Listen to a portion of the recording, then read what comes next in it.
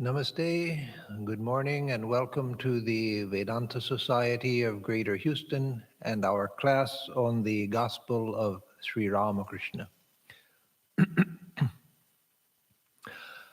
Om Sarva Jiva Papanashakaranam Bhaveshwaram Swikritam cha garbhavasa deha pashamidrisham Yapitam swalilaya cha yena divya jivanam Yapitam swalilaya cha yena divya jivanam Tannamami Deva Deva Ramakrishna Ishwaram. Om Shri Vivekanandari Satchishya Supujitaya Shri Sharada Devya Virata Sevitaya Shri Ramakrishna Paramahamsaya Avatara Varishtaya Chate Namaha. Om Tavakatamritam Tapta Jivanam Kavibhiriditam Kalmashapaham Shravanamangalam Shrimadatatam Bhuvi Grinanti Ye Bhuridha Jana. So this morning we will continue where we left off last time. We were on Saturday, July 21st, 1883. We had already begun that section, and so we're near the middle of page 260 in this edition.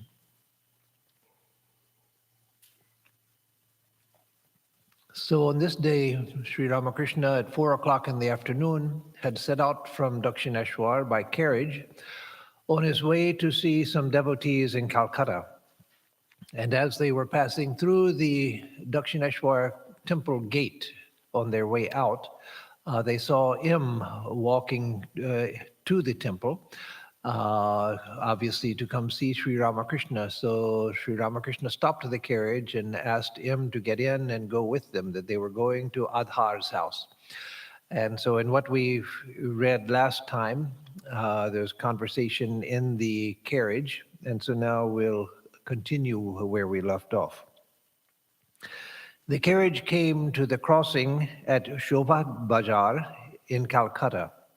The master continued the conversation, saying, "Sometimes I find that the universe is saturated with the consciousness of God, as the earth is soaked with water in the rainy season." Now, this is an interesting statement because it's similar to a statement that St. Teresa of Avila made about a state that she had come to in one stage of her spiritual life, where she saw the universe as a sponge soaked up with the water of God. She saw God everywhere. The interesting thing about it is, of course, the great beauty of the vision itself, but it's often said that one cannot see the world and God at the same time. In fact, Swami Vivekananda somewhere says that we see either the world or we see God.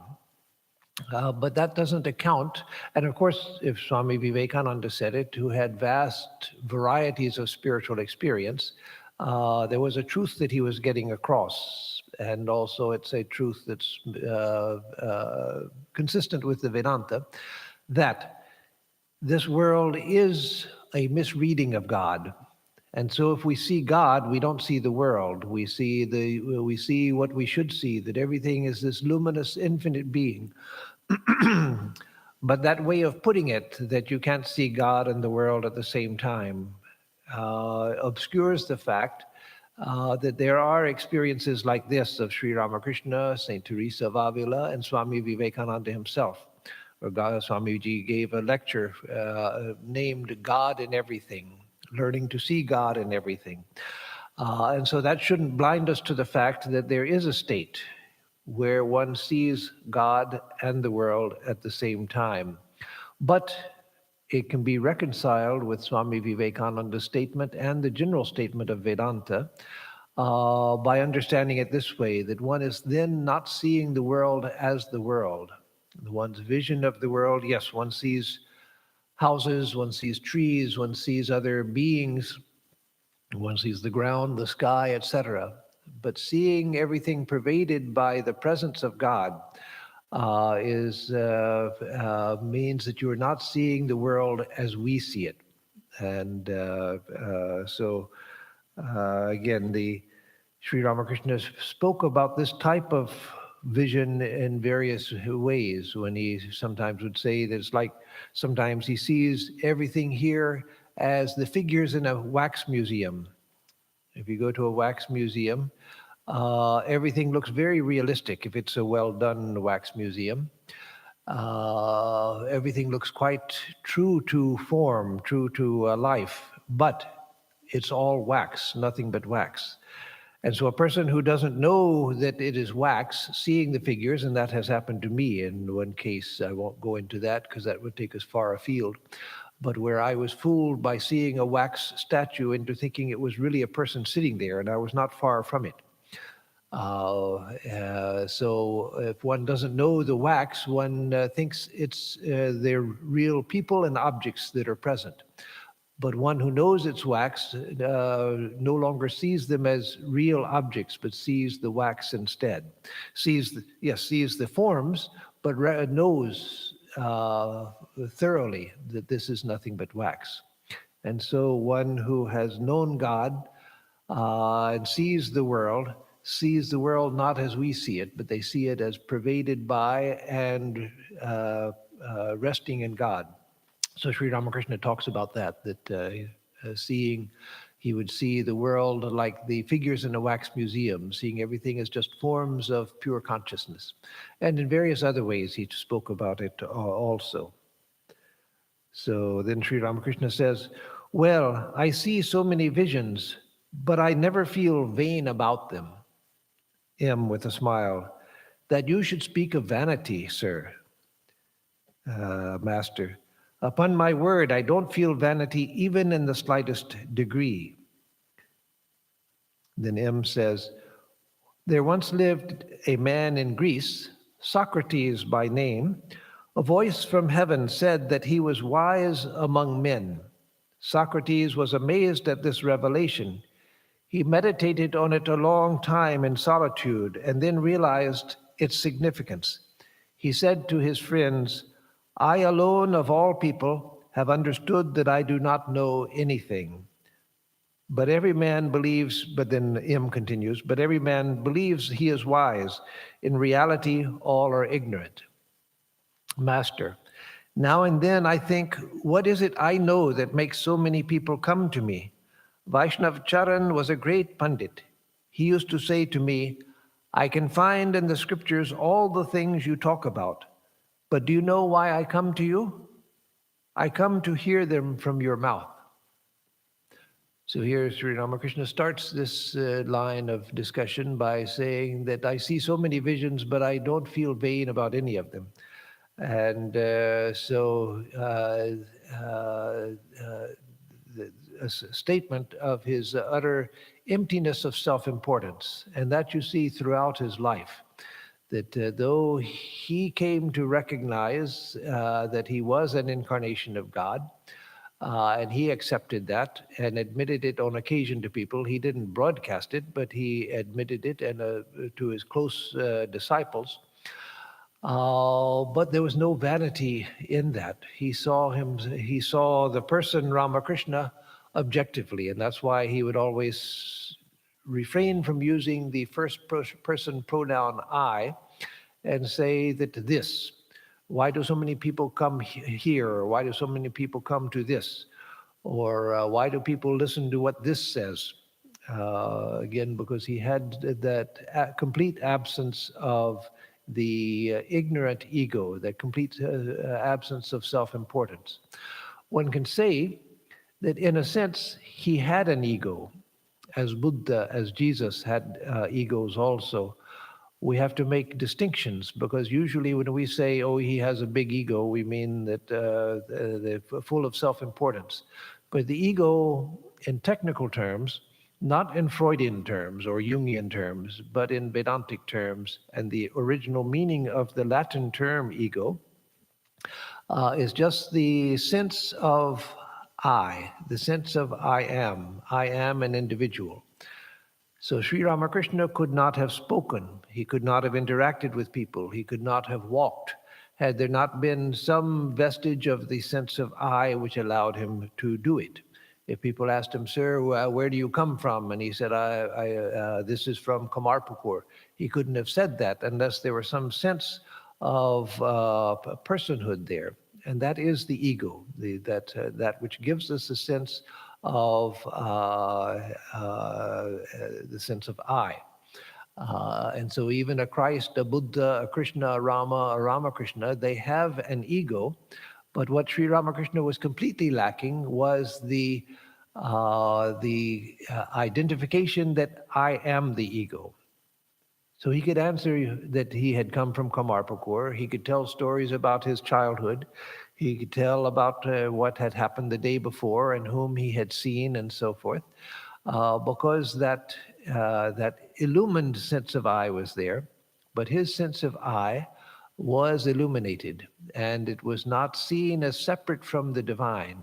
It was seen as a spark of the divine, as a ray of the divine, and it never lost its sense of identity with the divine.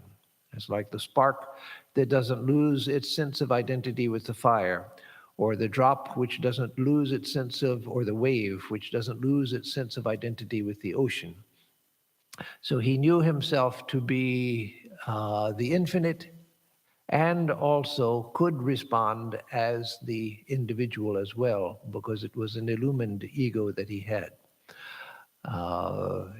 So he says a couple of times that I really have no pride whatsoever. I have no sense of self-importance because of all of these visions that I see. And then M mentions Socrates. Socrates, it was somewhat different. The case of Socrates was somewhat different. It was not that Socrates was a great man, and he was a very intelligent man, very perceptive man, but he wasn't a fully illumined sage. He had not been immersed in Nirvikalpa Samadhi or anything like that. The record doesn't show that and doesn't indicate that also, though he was wise, but not that wise. And so with Socrates, when he heard that voice from the heavens say, "You are the wisest among men," and he was confused by the statement and began to think about it and meditate on it, then he came to the understanding that everyone thinks that they know so much, but I know that I don't know anything. And of course, that was the basis of the Socratic method of teaching, which was through question. So Socrates was wise in that sense, that he knew I don't know anything, that knowledge is infinite, and I really understand so little. That was the type of wisdom that Einstein had, that Sir Isaac Newton had, which I often refer to in classes and lectures, where they said things such as, I'm just playing with pebbles on the shore of the infinite ocean of knowledge, meaning I haven't even touched the ocean of knowledge, I'm just playing with pebbles on the shore. But there's the infinite ocean of knowledge out there. And so a person who is deeply learned and wise understands that I don't know anything. So again, Sri Ramakrishna's case was not exactly that. Sri Ramakrishna's case was one who had identified with the infinite, identified with God. Sri Ramakrishna used to say that within here, meaning within himself, within here there are two. Do you understand? He would ask, do you understand? Meaning that he saw himself as the devotee and as Mother Kali both. That in here was Mother Kali and her devotee. And so he could identify with either. He knew himself to be one with Mother Kali, one with God, one with the infinite, and he also could play the part of the devotee. So again, his was not just the fact that he knew that knowledge is infinite and I don't know anything. It was that he had no self-importance because he saw that the individual self was just a shadow of the real self, and that the real self included everyone. And so why should he compare himself against others that I know more than you do, or I've had more visions than you have? That would make no sense to him whatsoever. Uh, so, um, uh, but he also used to say things like, which is more close to what Socrates was saying. He used to say, "As long as I live, so long do I learn." And he would say that all I know is that a mother is and I am. I don't know anything else. So,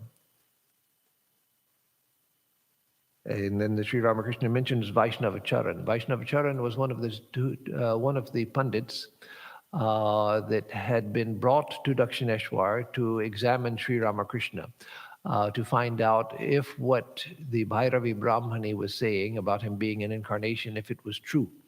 And so Vaishnav Charan, examining Sri Ramakrishna, talking to him, listening to his words, he became convinced that Sri Ramakrishna was an incarnation of God, and said that whatever you say, I can confirm from the scriptures. And that was significant because Sri Ramakrishna had not studied the scriptures. And yet he knew the truths that are recorded in the scriptures. And then this is significant also at the end of that statement. Vaishnav Charan says, I can find in the scriptures all the things you talk about, but do you know why I come to you? I come to hear them from your mouth. So why? Why would he come to hear them from Sri Ramakrishna's mouth when he could read them in the scriptures? And that seems like an unnecessary botheration. That's like having read a lecture and studied a lecture by someone, and then going to hear the person give the same lecture. Well, you already know it. Why do you have to go hear the person give the lecture? So with Vaishnav Charan, he was wise enough to know, and certainly sensed also. It wasn't just intellectual knowing, but he sensed also the importance of hearing it from a living teacher. That's in the scriptures themselves, in the Vedas, in the Chandogya Upanishad. That it's not enough to even have the experience of the truth. You have to receive that truth from a teacher for it to be, for the knowledge to be complete. Because it's the one living flame can light another living flame. A book can't do that. But the living flame of one person with spiritual experience can light the flame of another person so that they too can be opened to spiritual experience. So then M says, all your words tally with the scriptures. Navadvip Goswami said that the other day at the festival at Panihati. You told us that day that by repeating the word Gita a number of times, one reverses it and it becomes Tagi, which refers to renunciation. Renunciation is the essence of the Gita. Navadvip Goswami supported your statement from the grammatical standpoint. So yes, this we read some weeks ago when Sri Ramakrishna, one of the very beautiful chapters in the Gospel of Sri Ramakrishna about his visit to Panihati, to the great Vaishnava festival near Dakshineshwar on the bank of the Ganges. And there, the meeting with Navadvip Goswami, a great Vaishnava of that time. And Navadvip Goswami confirmed that what Sri Ramakrishna was saying and what he was experiencing was true to the scriptures. Now later, some of the later Vaishnavas have not been so kind to Sri Ramakrishna, and even some of the Vaishnavas of that time also. But Navadvip Goswami was a highly respected Vaishnava teacher, regarded as a very saintly man. And so his confirmation of Sri Ramakrishna's spirituality was very important at the time. But later Vaishnavas were not so pleased with Ramakrishna because Sri Ramakrishna, his teaching is founded in non-dualism. Though he taught largely from the devotional standpoint, but even his devotion was founded in the non-dualistic knowledge, and that the Vaishnavas don't accept. But Navadvip Goswami was large enough and saintly enough so that he saw to the essence of what Sri Ramakrishna was saying, and saw that it was true. Master to M. Have you found anyone else resembling me? Any Pandit or holy man? M.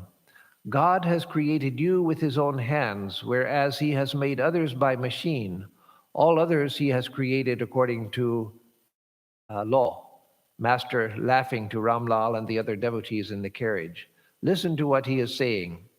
Sri Ramakrishna laughed for some time and at last said, really and truly, I have no pride. No, not even the slightest bit.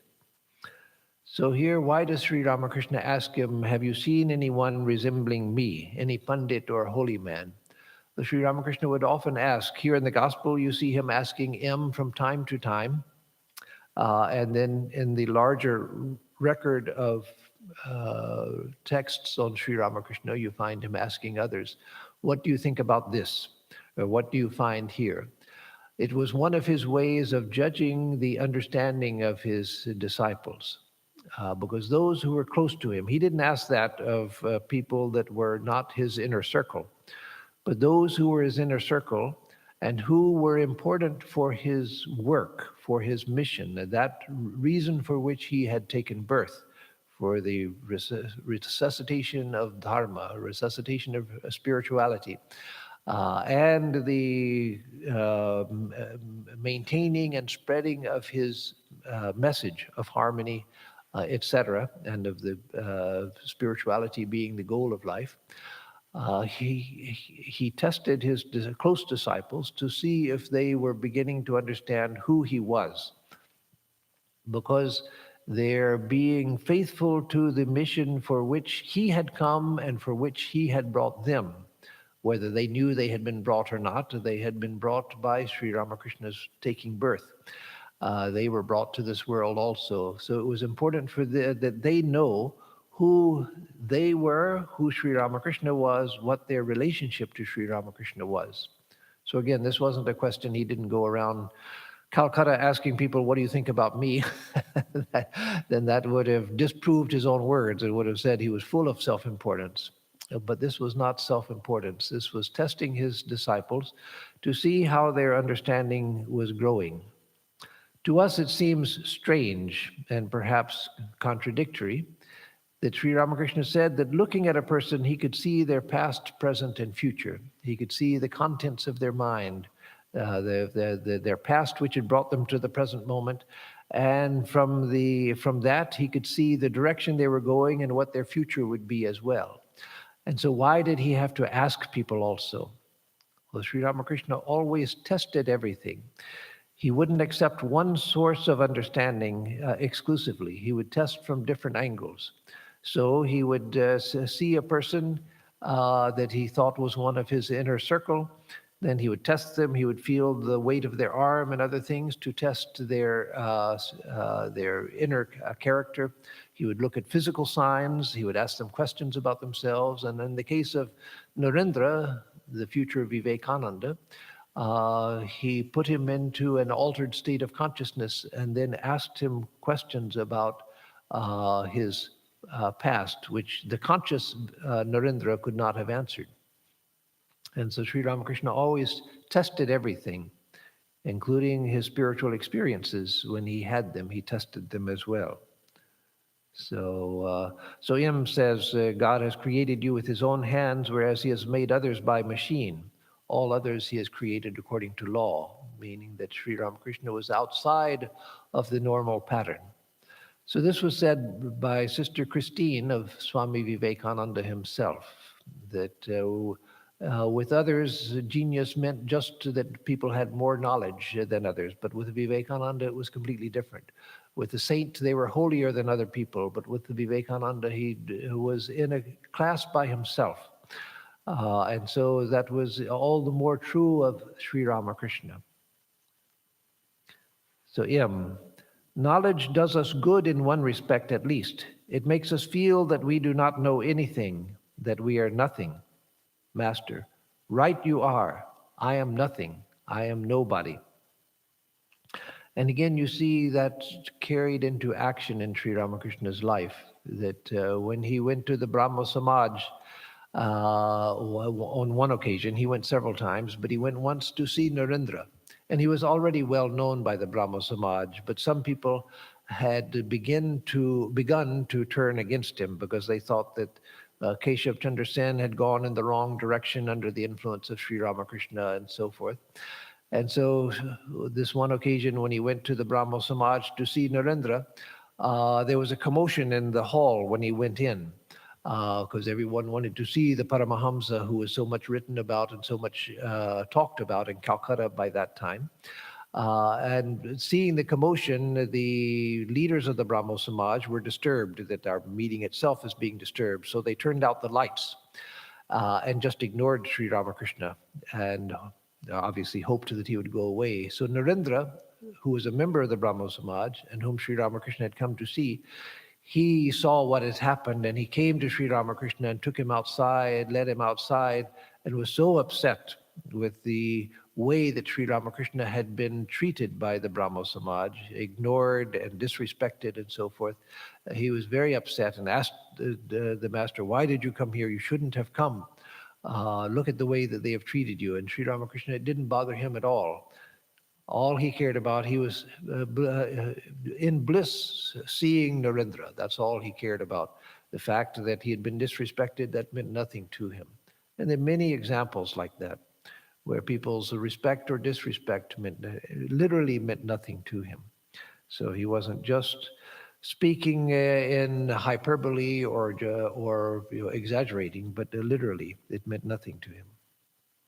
So then Sri Ramakrishna asks him, "Do you believe in English astronomy?" It is possible to make new discoveries by applying the laws of Western astronomy. Observing the irregular movement of Uranus, the astronomers looked through their telescopes and discovered Neptune shining in the sky. They can also foretell eclipses. Master, yes, that is so. So this is interesting. First of all, why Sri Ramakrishna asked him, "Do you believe in English astronomy?" I have no answer for that. Why? Maybe it was just curiosity, but I don't know.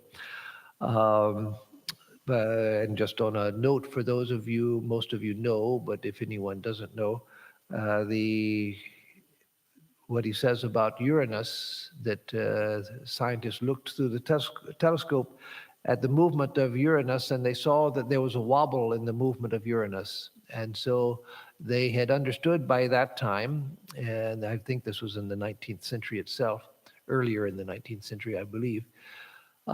They knew enough about gravitation and so forth that they knew that if that wobble in Uranus indicated that there was another massive object nearby, whose gravitational pull was causing the wobble in Uranus. And so that led them to examine that part of the sky more closely with the most powerful telescopes they had, and they discovered the planet Neptune, which had not been one of the known planets until that time. So then the narrator, continues, "The carriage drove on. They were approaching Adhar's house. Sri Ramakrishna said to him, 'Dwell in the truth and you will certainly realize God.'" So that Sri Ramakrishna often said that the truth is the tapasya of the Kali Yuga, of the present age, that the most important practice in the present age is to be truthful, to tell the truth. And he always insisted on that. But here I think he means more than that. That is included in dwell in the truth, and you will certainly realize God. But here, dwelling in the truth means not just being truthful verbally, but it means live in the truth that you are God's, that God is, and that you belong to God, and that God is the purpose of life. Live in that truth. That is, live in the spiritual truth, The reality of God, the reality of your connection to God, and the fact that that is the purpose of life. M. You said the other day to Navadvip Goswami, again referring to Panihati visit, O God, I want thee. Please do not delude me with thy world-bewitching Maya. I want to realize thee. Master, yes, one should be able to say that from one's innermost soul. So yes, that is a blessed state if we can come to that, where from the innermost depths of our soul we say, please don't bewitch me with your world-bewitching Maya. I want you. I want you and I want you alone. That's easy to say the words, but what Sri Ramakrishna is saying is when we can say that from our innermost soul and mean it, then that's a great step forward. We can't do that until we have finished, at least the conscious mind has finished with the world. We may still feel the pull of unconscious desires and so forth, but the conscious mind has to have had its fill. So Sri Ramakrishna arrived at Adhar's house and took a seat in the parlor. Ramlal, Adhar, M, and the other devotees sat near him. Rakal was staying with his father in Calcutta, so that we've seen Adhar several times, including recently. Master to Adhar, didn't you let Rakal know that I was coming? Adhar, yes, sir, I have sent him word.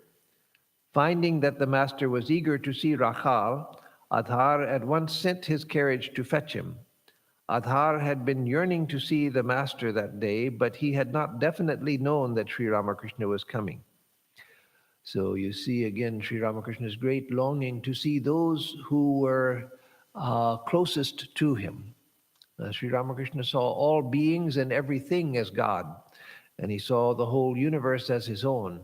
But those who were his special disciples, his close disciples, who had come and were essential to the fulfillment of his mission, then he was always extremely eager to see them, extremely solicitous of their welfare. In fact, he would get restless with not seeing them. So Rakal had been spending a lot of time with Sri Ramakrishna, spending the nights in Dakshineshwar with Sri Ramakrishna. But right at the moment, he had come to Calcutta and was staying with his father. And so Sri Ramakrishna hadn't seen him for some days and so was anxious to see him. So you see, of course, we see the same with Sri Ramakrishna's restlessness to see Narendra. But the two closest of his disciples were Narendra, the later Vivekananda, and Rakal, the later Swami Brahmananda. Sri Ramakrishna's eagerness for Narendra was unparalleled, but close to it was his love for Rakal. In fact, in some ways, Swami Brahmananda was closer to Sri Ramakrishna because Sri Ramakrishna regarded him as his own Manasaputra, his mind-born son. That is not a physical son, but a son of his own, the child of his own mind, born of his own mind, born of his own spirit. He had asked the Divine Mother for a companion who had the same nature. And then the Divine Mother showed him that he would meet a boy who had the same nature as his, and that was Rakal. So when Sri Ramakrishna first saw Rakal, he recognized him as the boy that the Divine Mother had shown him. And so Rakal was extremely close to Sri Ramakrishna as a only son of Sri Ramakrishna. In fact, it's said that from, not in the face, but from behind, if one saw Swami Brahmananda from behind, he looked like Sri Ramakrishna from behind. The back of his head looked like the back of Sri Ramakrishna's head. Adhar, you haven't been here for a long time. I prayed to God today that you might come. I even shed tears. The master was pleased and said with a smile, "You don't mean that." It was dusk and the lamps were lighted. Sri Ramakrishna saluted the Divine Mother with folded hands and sat quietly absorbed in meditation. Then he began to chant the names of God in his sweet voice. Govinda, Govinda, Satchidananda, Hari Hari. Every word he uttered showered nectar on the ears of the devotees. Ramlal sang in praise of Kali, the Divine Mother. Now, this is a very long song, so I'll read the whole thing. There's a very beautiful song about it, that tells about the Kundalini and the rising of the Kundalini. Thy name I have heard, O consort of Shiva, is the destroyer of our fear. So this is addressed to the Divine Mother. Thy name I have heard, O consort of Shiva, is the destroyer of our fear. And so on thee I cast my burden. Save me, O kindly Mother. Out of thy womb the world is born, and thou it is that dost pervade it. Art thou Kali? Art thou Radha? Who can ever rightly say? Mother, in every living creature, thou dost have thy dwelling place. As Kundalini, thou dost live in the lotus of the Muladhara, that is the basic center at the base of the spine. Above it lies the Swadhisthana, where the four-petaled lotus blooms. There also thou dost make thy home, O mystic power of Kundalini. In the four petals of that flower, and in Vajrasana's 6 petals, at the navel, let me read that again with the right intonation. There also thou dost make thy home, O mystic power of Kundalini, in the 4 petals of that flower, and in Vajrasana's 6 petals. In the navel is Manipura, the blue 10-petaled lotus flower. That's at the navel. Through the pathway of Sushumna thou dost ascend and enter there.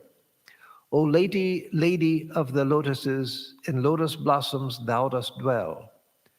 Beyond them lies the lake of nectar in the region of the heart, where the 12-petaled lotus flower enchants the eye with scarlet flame. Let me stop here for a moment and say that there are 2 heart lotuses. In the terms of the Kundalini system, the Sushumna, and the path of the Sushumna, that's what Sri Ramakrishna, the song is talking about here, the 12-petaled lotus in the heart. But the heart that we meditate on when we're told by the Guru to meditate in the heart, that's the 8-petaled lotus. That's the Upanishadic heart. That's the heart which is not part of the Kundalini system, but which is the heart of reality itself. So again, you have these the 6 lotuses from the base of the spine up to here, and then the 7th in the top of the head, the Kundalini system, and one realizes the highest here. But the Upanishadic heart is the 8-petaled lotus in the heart, which contains the Kundalini and everything else. The whole universe is contained within that lotus of the heart. So that's what we're generally told to meditate on, the 8-petaled Upanishadic heart. When thou dost open the lotus of the heart, the 12-petal lotus of the heart, O Mother, touching it with thy lotus feet, the age-long darkness of the heart instantly scatters at thy sight. So when that awakens, then we see a luminous divine light that we've never seen before. Above in the throat is the 16-petaled lotus flower of smoky hue. Within the petals of this flower there lies concealed a subtle space, transcending which one sees at length the universe as space dissolve, the universe in space dissolve. There the universe dissolves into space. And higher yet between the eyebrows blossoms the lotus of 2 petals, where the mind of man remains a prisoner and past controlling. So here, this is next to the highest. And there one sees, as Sri Ramakrishna explains elsewhere, one sees the divine, and one sees oneself and the divine as almost one. But there's a dividing line, like a line drawn on water. One sees water on this side and water on that side, but there's this fine distinction between self and the divine, but a sense that there's an underlying unity. So, and higher yet between the eyebrows blossoms the lotus of two petals, where the mind of man remains a prisoner and past controlling. From this flower, the mind desires to watch the sportive play of life. Highest of all within the head, the soul enthralling center is, where shines the thousand-petal lotus, Mahadeva's, that is Shiva's, dwelling place. Having ascended to his throne, O spouse of Shiva, sit beside him. Thou art the primal power, O mother, she whose senses are controlled. The yogis meditate on thee as Uma, great Himalaya's daughter. Thou who art the power of Shiva, put to death my ceaseless cravings. Grant that I never fall again into the ocean of this world. Mother, thou art the primal power, thou the five cosmic principles. Who can ever hope to know thee, who art beyond all principles? Only for thy bhakta's sake dost thou assume thy various forms. But when thy devotees' five senses merge in the five elements, Mother, it is thyself alone that he beholds as formless truth. As Ramlal sang the lines, above in the throat is the 16-petal lotus flower of smoky hue. Within the petals of this flower there lies concealed a subtle space, transcending which one sees at length the universe in space dissolve. The master said to him, listen, this is known as the vision of Satchidananda, the formless Brahman. The Kundalini rising above the Vishuddha chakra in the throat enables one to see everything as akasha, to see everything as space. Yes, sir. Master. One attains the absolute by going beyond the universe and its created beings conjured up by Maya. By passing beyond the nada, one goes into samadhi. By repeating Om, one goes beyond the nada and attains samadhi. So here, one attains the absolute by going beyond the universe and its created beings conjured up by Maya. So by going beyond all of this, which is the creation of Maya, one attains to the absolute. And then passing beyond the nada. The nada means the nada Brahma, the sound Brahman, which is represented as Om. Om is the Brahman represented in sound as Om. But that is it's the anahata dhvani, the unstruck sound, the primordial creative movement. It's out of that everything else follows. So one has to go beyond even that. One meditates on Om in order to get to Om, and then it's just a step beyond that into the infinite. But that's what Sri Ramakrishna is talking about in going beyond the nada. By passing beyond the nada, one goes into samadhi.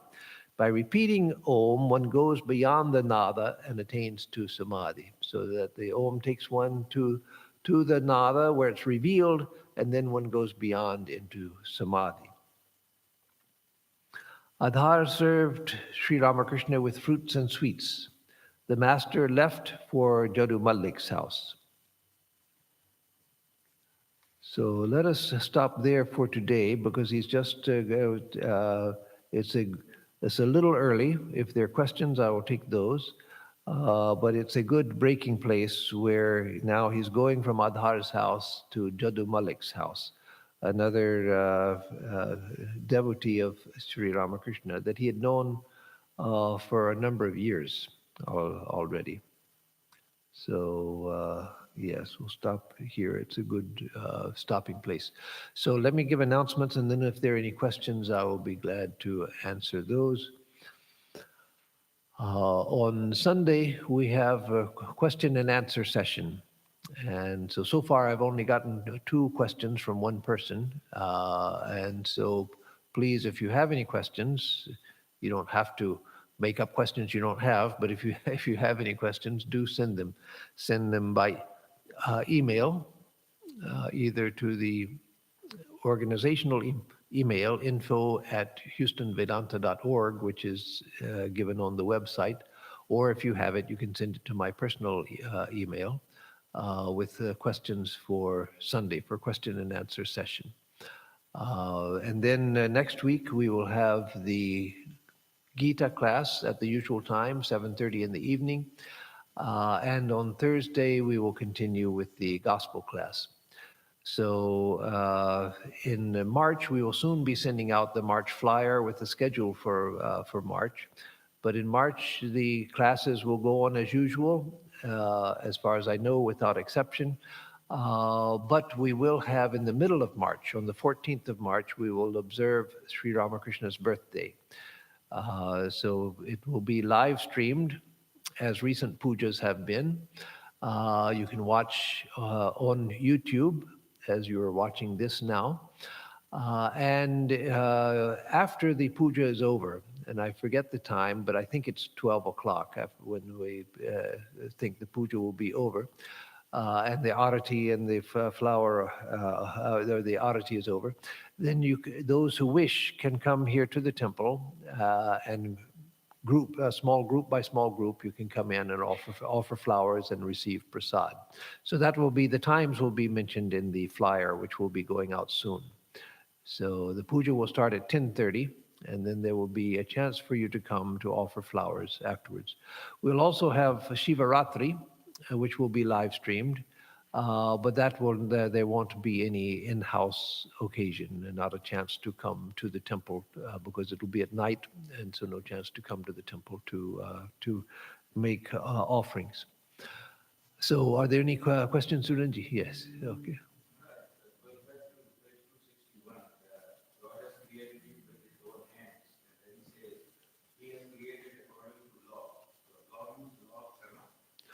Well, there it includes the law of karma, but it means, I think, something larger than just a law of karma. It means that he has created others according to the laws of physics, the laws of chemistry, the law of karma, according to the set pattern. That others are made according to a machine mold. In that sense, made according to law, that everything is planned out and make everybody according to the pattern. But you are completely distinct. You don't follow the pattern. You were made because of his extraordinary spirituality, his extraordinary power, his extraordinary realizations, things that an ordinary jiva can't do. So I would say it includes the law of karma, but it doesn't mean just according to the law of karma. It just means according to pattern, according to a set pattern. So now let's see other questions here. Why is it so difficult for most of the people to accept that Christ was not the only avatar or messenger on earth? Yes, that's a good question, Kani. A very, very good question. And there's a reason why Christians don't accept other avatars. And that's because of their idea of why Jesus came and what he did. In the story, the Christianity has woven around Christ. There's no room for another avatar. So what I mean is that you have Jesus, you have his life, and you have his teachings. But Christianity is not just Jesus and his teachings, as given in the four Gospels. There's a whole world of thought around that, and interpretation around that. So like the idea of original sin, Jesus nowhere speaks of original sin, but that's very much a part of Christian doctrine. So likewise, according to the Christian story, again, not just the Jesus and his life and teachings, but the Christian story which is told to explain who Jesus was, that came later as an explanation of who Jesus was. Human beings were immersed in sin because of the fall of Adam and Eve, and God decided to send his own son to die as an offering to remove the sin of other beings. And so God was born as Jesus. in order to suffer on the cross and die as an offering of God back to God, so that people could be forgiven of their sins. It's all based on the idea, not that the Jews taught this, but it is based on the Jewish idea, the old Jewish idea, the idea in the days of the Jewish temple, of offerings, burnt offerings to God, the sacrifice of animals to God, for the forgiveness of sins. And so Jesus was considered to be sacrificed to God by God, God sacrificing himself back to himself for the forgiveness of human sins. And so then the doctrine came that if you believe in Jesus to be your Savior, you will be saved from sin. And so there's no place for another incarnation. It doesn't fit into the story. Another incarnation would relativize Jesus, would make him secondary, and it would mean that he didn't do what Christianity says that he did, that he saved people from sin, and all you have to do is to believe in him and you'll be saved. So now one can revere Jesus, study his life, see him as a God-man from the Hindu standpoint or from another standpoint, without taking that whole story. And that's what we do.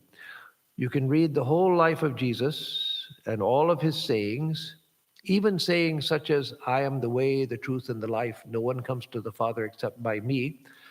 That also Swami Vivekananda gave an interpretation of, which is not the narrow interpretation given by Christianity. So the short answer, again, is just that in the story that Christianity developed to explain Jesus, who he was and what he did, there's no room for another incarnation. But we don't need to take that whole story. We can take Jesus without the story. And Jesus as an avatara, Jesus as an incarnation of God. So then Subhas, meditating on I am, as they say in the path of knowledge, is there danger of fortifying the ego in it? Yes. Is there danger by meditating on the I am in fortifying the ego? So yes, the answer is yes. But there's a danger in every path. Excuse me.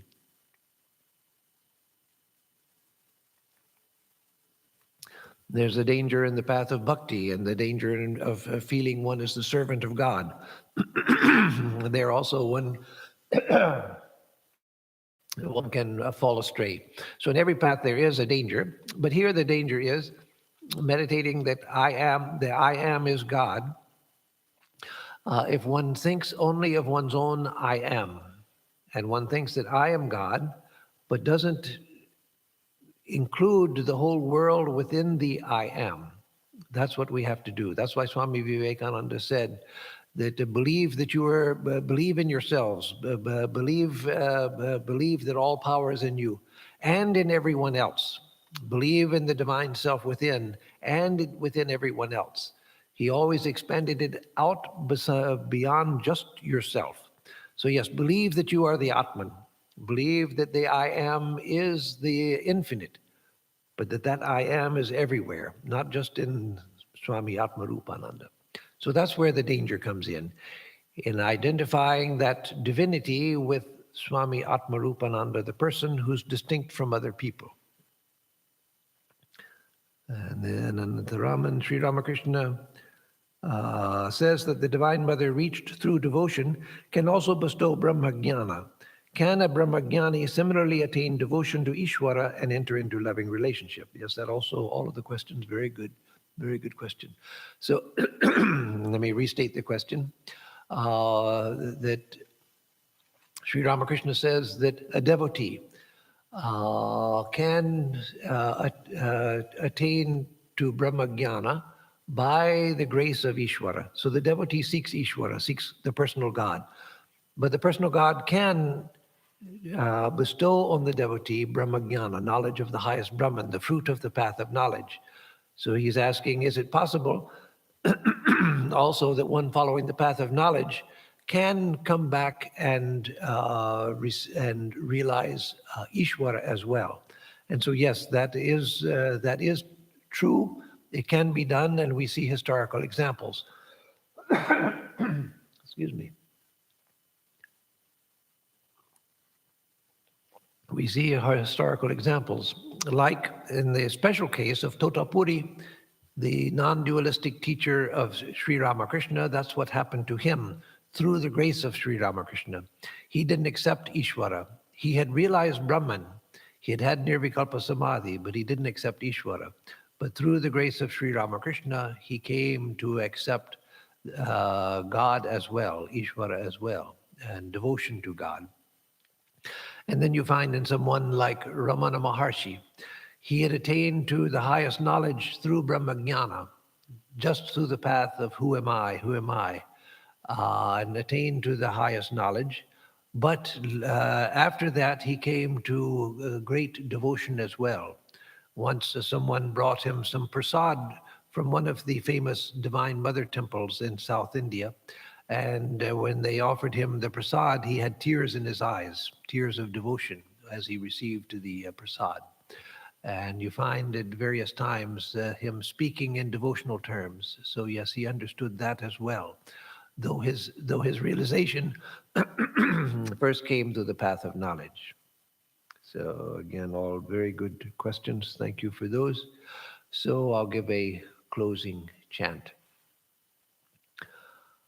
Om Niranjanam Nityam Anantarupam Bhaktanukampa Dhృతvigraham Vai Ishavataram Parameshamidyam Tam Ramakrishnam Shirasa Namamaha.